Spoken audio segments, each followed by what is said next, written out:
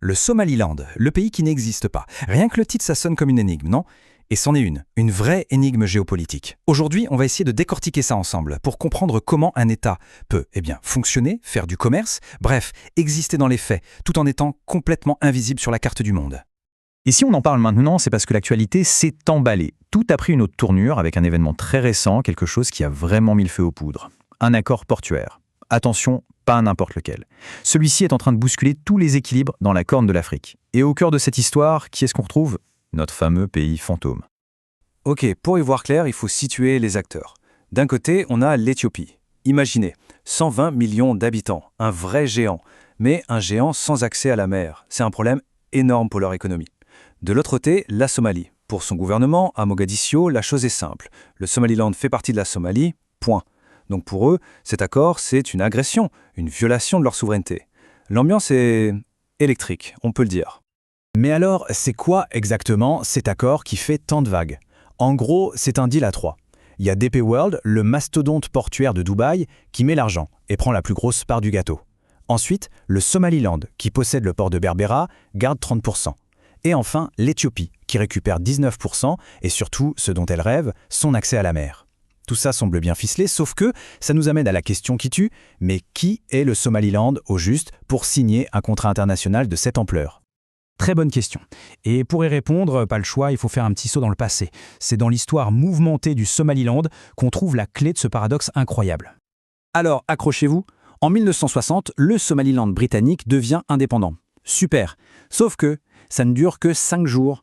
À peine le temps de sabrer le champagne, il fusionne avec l'ancienne Somalie italienne pour créer la Somalie. Sauf que cette union va très mal tourner.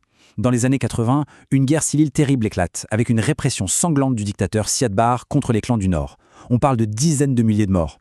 Et en 1991, quand le régime s'effondre enfin, le Somaliland saute sur l'occasion et proclame à nouveau son indépendance. Sauf que cette fois, personne, absolument personne dans le monde ne va la reconnaître. Et voilà, c'est ça qu'on appelle un État de facto. Dans les faits, sur le terrain, c'est un pays indépendant. Il a son gouvernement, ses lois, mais pour le reste du monde, pour l'ONU, officiellement, il n'existe pas. C'est vraiment ça le cœur du paradoxe du Somaliland. D'accord, mais concrètement, ça veut dire quoi de vivre dans un pays qui n'est pas vraiment un pays? Eh bien, c'est un tableau très contrasté, un mélange assez fou de réussite et de problèmes profonds. Ce qui est dingue, c'est que le Somaliland coche toutes les cases d'un État souverain. Ils ont leur propre monnaie, une armée, une police. Ils délivrent même leur propre passeport et organisent des élections. Et le plus frappant, c'est la stabilité.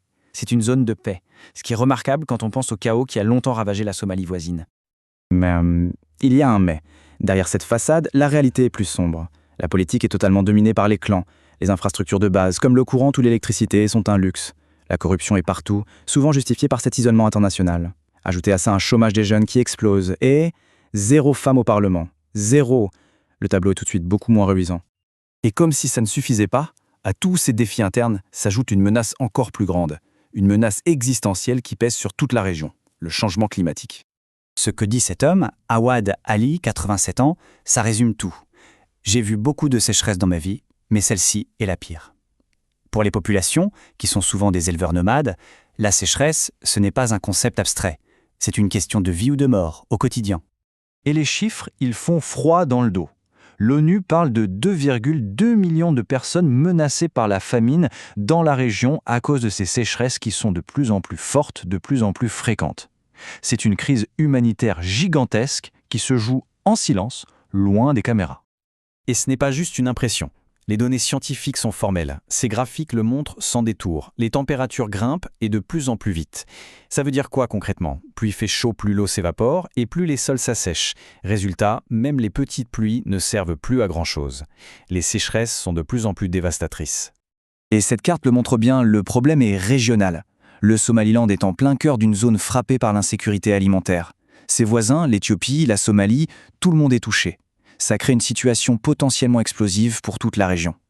Mais revenons à la géopolitique. Parce que, et c'est là que ça devient vraiment fou, malgré toutes ces fragilités, le Somaliland est en train de devenir un pion de plus en plus important sur la scène mondiale. La preuve? Ce coup diplomatique assez audacieux. En 2020, le Somaliland se rapproche de Taïwan. Pensez-y une seconde. 2 territoires non reconnus par la plupart des pays du monde qui décident d'établir des relations officielles. C'est un peu l'alliance des outsiders de la diplomatie mondiale. Évidemment, ça n'est pas passé inaperçu. La Chine, furieuse, a immédiatement condamné l'initiative. De l'autre côté, les États-Unis ont applaudi. Et voilà comment ce petit territoire oublié s'est retrouvé projeté au beau milieu de la grande rivalité entre la Chine et les États-Unis. Mais pourquoi tout cet intérêt soudain? La réponse est sur la carte. Le port de Berbera n'est pas n'importe où. Il est situé sur le golfe d'Aden, l'une des autoroutes de la mer les plus importantes du monde. C'est le passage obligé vers la mer Rouge et le canal de Suez. Contrôler un port ici, c'est un avantage stratégique énorme. Et ça, les Émirats arabes unis l'ont très bien compris. Ils n'ont pas hésité, ils ont mis un demi-milliard de dollars sur la table pour moderniser le port. En échange, une concession de 30 ans et le droit d'y construire une base militaire. Le Somaliland n'est plus un territoire isolé. C'est une pièce maîtresse dans le grand jeu des puissances dans la Corne de l'Afrique. Toute cette histoire, de la guerre civile à l'accord portuaire, en passant par Taïwan et le climat, tout ça nous ramène finalement à la question de départ, la question fondamentale que pose l'existence du Somaliland. Et la question la voici, un territoire qui a la paix, sa propre monnaie, son armée, des frontières contrôlées et un gouvernement élu, mais que personne ne reconnaît officiellement, est-ce que c'est un pays ? Le cas du Somaliland nous oblige à repenser la définition même d'une nation au XXIe siècle. La réponse est loin d'être simple et pour des millions de personnes, elle change absolument tout.